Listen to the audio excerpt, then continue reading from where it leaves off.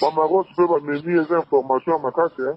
Mais ezalaki mpona nini pesanga précision onde na nini na solo non Bamaros ezali par rapport ya kombone Bamaros comme on a un ani Lobota babengaki Bamaros Lobota alias Bamaros ouais oui deuxième japonais oui bon société moko boye ezwaki mpe de gré à gré Sokok oui ezwaki de gré à gré marché na 10 km à Bukavu, 20 km à Goma. Oui. Les 30 km va facturer à 66 millions de dollars.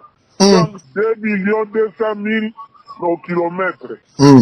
Bakei na TMB, société on a Jumbo, on a TMB.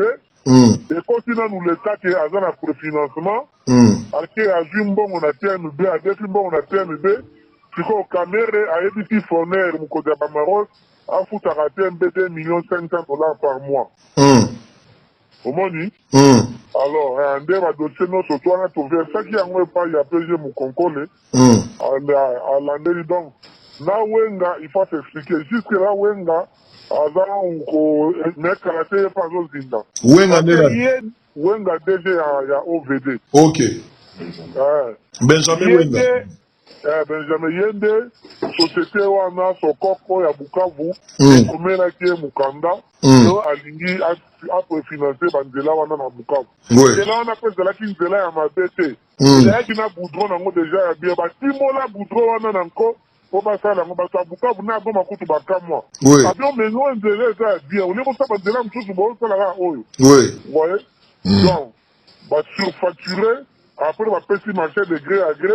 Bazimbo on a TMB, Foner abanda ozongisa. Or, Foner eyebani na bikanda na yeke aza fond ya entretien, aza fond ya construction en route te. Oui. Tu vois? Et comment est-ce que ya bandi ko financer ba construction en route? D'ailleurs, ba bailleur de fonds ba tomboka ba tilika po de yango. Alors, nde ba bengaki mutona liboso akosaki geno, osala ba fièvre amoni nete eza coronavirus, mais PGR a insisté kaka ke ya juillet, ba yoki ye amoni ke ba indice ezali.